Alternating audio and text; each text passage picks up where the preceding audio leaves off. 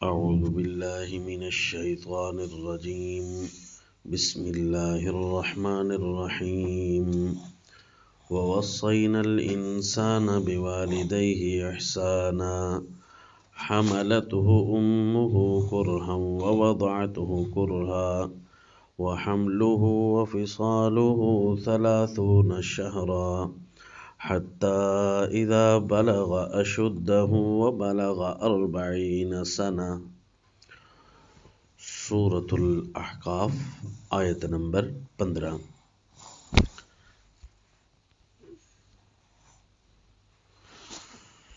ووصینا الانسان بوالدیہ احسانا، ہم نے انسان کو تاکیدی حکم کیا ہے اپنے والدین کے ساتھ حسن سلوک کا۔ حملتہ امہ کرہا ووضعتہ کرہا، اس کو اس کی ماں نے اٹھایا ہے تکلیف کی حالت میں پیٹ میں، ووضعتہ کرہا، اور جب جنا ہے تب بھی تکلیف کے ساتھ، وحملہ وفصالہ 30 شہرا، پھر 2.5 سال 30 مہینے ہاتھوں پر اٹھایا، پھر وہ اٹھانا بھی ایک تکلیف دہ تھا، وفصالہ، پھر اس کو اپنے سینے سے جدا کرنا بھی ایک تکلیف دہ تھا۔ اس کے صرف بچپن کی ہی گود کی ہی حالتیں یہ ہیں، اس لیے ہم نے انسان کو تاکیدی حکم کیا ہے کہ اپنے والدین کے ساتھ حسن سلوک سے پیش آنا۔ سورہ بنی اسرائیل میں جس طرح ہے وَقَضَىٰ رَبُّكَ أَلَّا تَعْبُدُوا إِلَّا إِيَّاهُ وَبِالْوَالِدَيْنِ إِحْسَانًا، تیرے رب نے یہ فیصلہ کیا ہے کہ عبادت اللہ کی کرنی ہے اور حسن سلوک میں پہلے والدین ہیں باقی لوگوں سے۔ انشکر لی ولوالدیک، سورہ لقمان آیت نمبر 14 میں، انشکر لی ولوالدیک الی المصیر، انسان کو ہم نے یہ تاکیدی حکم کیا ہے قدر میں اللہ کی کرنی ہے اور اپنے والدین کے احسانات کی بھی قدر کرنی ہے، پھر میرے پاس ہی تیرا لوٹنا ہوگا۔ ووصینا، وصیت کہتے ہیں تاکیدی حکم کو، یہ تو تاکیدی حکم ایک طرف، حتیٰ اذا بلغ اشدہ، حتیٰ کہ جب وہ پہنچ جاتا ہے اپنی سخت عمر کو، وبلغ 40 سنہ، اور پہنچ جاتا ہے 40 سال کو،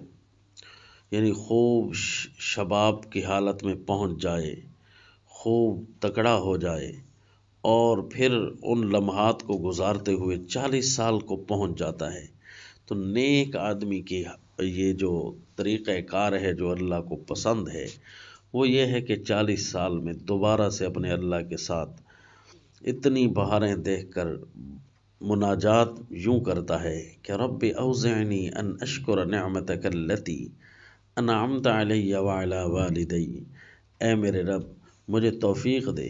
کہ میں قدر کروں تیری ان نعمتوں کی جو تو نے میرے اوپر کی، وعلی والدی، اور جو میرے والدین پر نعمت کی، اے اللہ میں اس کی قدر کرتا ہوں، مجھے توفیق دے، وان اعمل صالحا ترضاہ، اور یہ کہ مجھے توفیق اس کی بھی دے کہ میں ایسے نیک عمل کروں جو تجھے پسند آ جائیں، وَأَصْلِحْ لِي فِي ذُرِّيَّتِي، اے اللہ میری اولاد میں بھی اصلاح پیدا فرما، وہ بھی صحیح و سالم ہو جائیں، انی تبت الیک وانی من المسلمین، اے اللہ میں تیری طرف رجوع کرتا ہوں، اب ہر بات میں تو ہی تو ہے، وانی من المسلمین، اور اے اللہ میں ہی تابع فرمان لوگوں میں سے ہوں۔ تو اللہ تعالیٰ ایسے بندوں کی تعریف کرتے ہیں، اولئک الذین نتقبل اللہ عنہم احسن ما عملوا، یہی تو وہ لوگ ہیں کہ جن کے سارے اچھے اعمال ہم نے قبول کیے ہیں، ونتجاوز عن سیئاتہم، اور ہم ان کی کوئی بھی لغزشیں برائیاں ہیں تو وہ ہم ان سے درگزر کریں گے، چھوڑ دیں گے، کچھ نہیں کہیں گے۔ فی اصحاب الجنہ، یہ لوگ جنتیوں میں سے ہی ہو گئے، وعد الصدق الذی کانوا یوعدون، یہ سچا وعدہ ہے جس کا ان کے ساتھ وعدہ یہ کیا جا رہا ہے۔ تو یہ انسان کے سارے مراحل جو 40 سال تک پہنچنے کے ہیں، وہاں تک اس کو ہر قسم کی بہاریں، سخت عمر، طاقتیں، سب کچھ مل رہا ہوتا ہے، تو اس وقت یہ اپنے اللہ کی طرف رجوع کرنے والوں میں سے ہوتا ہے اور گناہ نہیں کرتا، تو پھر اللہ تعالیٰ اس کے لیے یہ اعزاز اتنا بڑا نازل فرما رہے ہیں کہ یہ لوگ ہیں جو والدین کی اطاعت میں اور اللہ کی اطاعت میں رہ رہے ہیں، اور حتیٰ کہ 40 سال کی عمر میں پھر تجدید عہد کر رہے ہیں۔ مسند ابی یعلا میں ایک روایت ہے کہ العبد المسلم اذا بلغ 40 سنہ خفف اللہ حسابہ، کہ مسلمان بندہ جب 40 سال کی عمر کو پہنچ جاتا ہے اسلام اور تابع فرمان زندگی کی طرح، خفف اللہ حسابہ، اللہ اس کے حساب کو ہلکا کر دیتے ہیں، کیونکہ اس نے 40 بہاریں ایسی گزار دی ہیں کہ اس سے اس کا رب راضی ہے۔ وَإِذَا بَلَغَ 60 سنہ، اور جب 60 سال تک پہنچ جاتا ہے، رزقہ اللہ الانابۃ الیہ، تو اللہ تعالیٰ اس کو اپنی طرف سے خصوصی انابت سے مالا مال کرتے ہیں۔ انابت یعنی اللہ کی طرف ہی توجہ کرنا۔ وَإِذَا بَلَغَ 70 سَنَةً أَحَبَّهُ أَهْلُ السَّمَاءِ، اور جب 70 سال کی عمر کو پہنچ جاتا ہے تو آسمان والے بھی اس سے پیار کرتے ہیں، محبت کرتے ہیں کہ اس نے اپنے اللہ کو راضی کر کے رکھا ہوا ہے۔ وَإِذَا بَلَغَ 80 سَنَةً ثَبَّتَ اللَّهُ حَسَنَاتِهِ وَمَحَا سَيِّئَاتِهِ، اور جب 80 سال کو پہنچ جاتا ہے تو کچھ نہ کچھ تکلیفیں اور دنیا کی کھینچتانی اس کو لگتی رہتی ہے، پھر اللہ تعالیٰ اس کی نیکیوں کو پکا کرنے لگ جاتے ہیں اور اس کی سیئات کو مٹانا شروع کر دیتے ہیں۔ اور اگر کسی کو اور بھی عمر مل جائے، وَإِذَا بَلَغَ 90 سَنَةً غَفَرَ اللَّهُ لَهُ مَا قَدَّمَ مِن ذَنبِهِ وَمَا تَأَخَّرَ، اور جب 90 سال کی عمر کو پہنچ جاتے ہیں تو اللہ اس کے پہلے گناہ معاف کر دیتے ہیں اور بعد والے میں بھی۔ وَشَفَّعَ اللَّهُ فِي أَهْلِ بَيْتِهِ، شفعہ اللہ فی اہل بیتہ، اللہ اس کے گھر والوں کے بارے میں اس کی دعائیں قبول کرتا ہے۔ وَكُتِبَ فِي السَّمَاءِ، اور آسمان میں لکھ دیا جاتا ہے، اسیر اللہ فی ارضہ، اور ایک روایت میں امین اللہ فی ارضہ، یہ اللہ تعالیٰ کا امین ہے اللہ کی زمین میں، یا یہ قیدی ہے جو زمین پر قید ہے اور ابھی اس کو آزادی ملنے والی ہے۔ تو یہ تابعدار اور اطاعت والوں کے لیے اعزاز ہی اعزاز اللہ تعالیٰ نے بنائے ہیں۔ زندگی کے کسی بھی حصہ میں ہوتا ہے، اس کو جب کوئی آزمائشیں زمین کی پہنچنے لگ جاتی ہیں تو اس وقت جو ہے وہ اپنی دعاؤں میں اور مراتب میں بہت اونچا ہونا شروع ہو جاتا ہے۔ مفسر ابن کثیر نے ایک روایت بیان فرمائی ہے کہ جب میں معاصی کو چھوڑتا رہا 40 سال لوگوں کے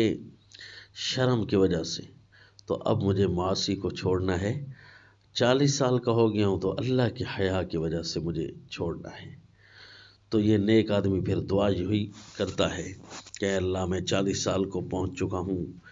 رب اوزعنی، اب مجھے توفیق دے کہ میں تیرے نعمتوں کی قدردانی کرنے لگ جاؤں۔ یہ قرآن میں دعا سکھائی ہے۔ اور مفسر ابن کثیر یہاں پر ایک جملہ ارشاد فرماتے ہیں، وَهَذَا فِيهِ إِرْشَادٌ لِمَنْ بَلَغَ الْأَرْبَعِينَ أَنْ يُجَدِّدَ التَّوْبَةَ وَالْإِنَابَةَ إِلَى اللَّهِ عَزَّ وَجَلَّ وَيَعْزِمُ عَلَيْهَا، اس میں اس بندے کو ارشاد و رہنمائی کی جا رہی ہے جو بھی 40 سال کو پہنچے کہ اپنی توبہ کو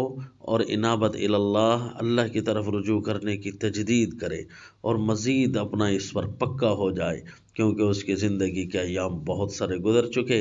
امتحان اس کا تقریباً ہو چکا ہے، اب اللہ کی طرف مضبوطی سے آئے کیونکہ وہ کامیابی کی زینوں کے بالکل قریب پہنچ چکا ہے۔ اور ابو داؤد شریف میں روایت ہے، رسول اللہ صلی اللہ علیہ وسلم دعا بھی سکھایا کرتے تھے، خصوصاً فرماتے ہیں تشہد کے وقت جب یہ دعا پڑھا کرو، اللہم الف بین قلوبنا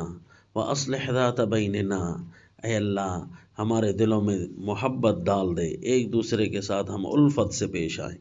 وَأَصْلِحْ ذَاتَ بَيْنِنَا، اے اللہ ہمارے آپس کے معاملات میں درستگیاں ڈال دے۔ وَاہْدِ سُبُلَ السلام، اے اللہ سلامتی کے راستوں کی طرف ہماری رہنمائی کرتا رہنا۔ وَنَجِّنَا مِنَ الظُّلُمَاتِ إِلَى النُّورِ، اے اللہ ہمیں نجات نصیب فرما اندھیروں سے روشنی کی طرف۔ وَجَنِّبْنَا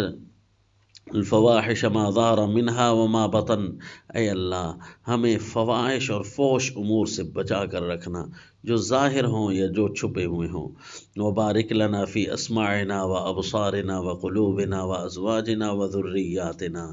اے اللہ ہمارے کانوں میں، ہماری آنکھوں میں، ہمارے دلوں میں، ہمارے ازواج میں، ہماری اولادوں میں اے اللہ برکت نازل فرما۔